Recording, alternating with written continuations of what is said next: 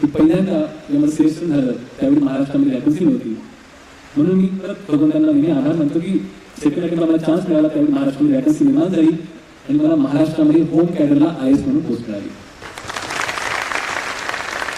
तर म्हणून मी जेव्हा स्टार्टिंगला वाक्यामध्ये बोललो की माझ्या आयुष्यामध्ये तक्रारीसाठी जर एक कारण असेल तर माझ्या आयुष्यामध्ये ग्रेटफुलनेससाठी, माझ्या आयुष्यामध्ये धन्यवाद देण्यासाठी 100 गोष्टी देवाने दिल्या. माझ्या वडिलांचा मी चेहरा बघू शकलो नाही, पण भारत स्वतंत्र झाल्यापासून आणि स्वातंत्र्य व्हायच्या आधी, इंडिया स्वातंत्र्य व्हायच्या आधी ICS सर्व्हिस होती, इंडियन सिव्हिल सर्व्हिस, आणि त्याच्यानंतर इंडियन ॲडमिनिस्ट्रेटिव्ह सर्व्हिस IAS नाव झालं. ह्या पूर्ण पिरियडमध्ये महाराष्ट्रातून एकही शेड्यूल ट्राईब आदिवासी मुलगा IAS झाला नव्हता आणि तो बहुमान मला मिळाला. फर्स्ट ट्रायबल, रिअल ट्रायबल, खरा आदिवासी जो जंगलात डोंगरात राहतो, तो आज भारतीय प्रशासकीय सेवेमध्ये राहून